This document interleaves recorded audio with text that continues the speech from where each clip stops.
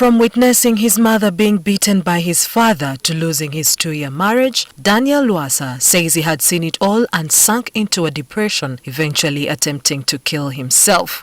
Where my dad just woke up in the morning and chased my mom. There's chasing your wife and you tell her to go alone.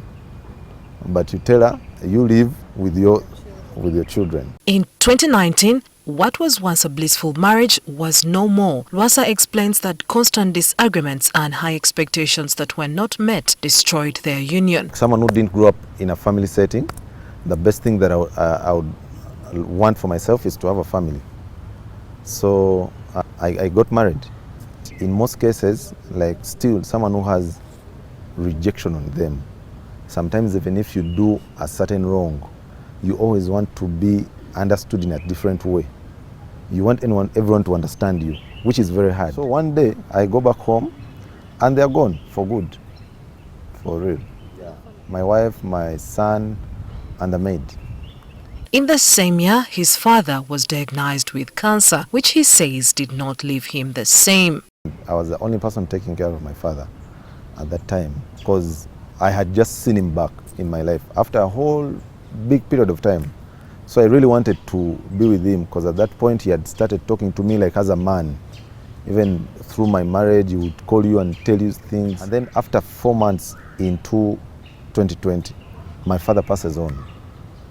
After his father passing, the 32-year-old says the family responsibility fell on his shoulders. Without a job, he ventured into business which did not turn out as planned. I started like taking myself as the next father, mainly to my sisters, taking care of my mom, and my dad had other kids. And all of them now are looking at you. You're not working. So a friend of mine comes to me and gives me a business idea of going to do this sugarcane business, transportation. I saw it as a good business. I went, I borrowed a big sum of money. In just a space of 2 months, I lose all the money. Now he was alone and frightened, and life seemed meaningless. Alcohol checked in, just wake up on phone calls of people demanding you money. I prayed for God to take away the debts. I got tired. I was going into depression. I had lost weight. I even go ahead to go on Google to just research and see how people die peacefully.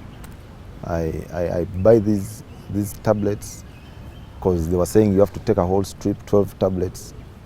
I buy a big bottle of water plus my coconut waraji. And then I say, I'd started writing suicidal note. So how did he conquer the suicidal thoughts? I was talking to myself, now I'm going to die, my son is going to be like me, he's not going to have a dad, but he cannot have a dad who cannot provide for him. You know, there were minor thoughts that were telling me don't do it, but the biggest percentage was I had decided. My friend just, you know, these kind of friends who just enter your house anyhow. They don't knock, he just entered in. He saw them, water, UG, and a cut strip of medicine.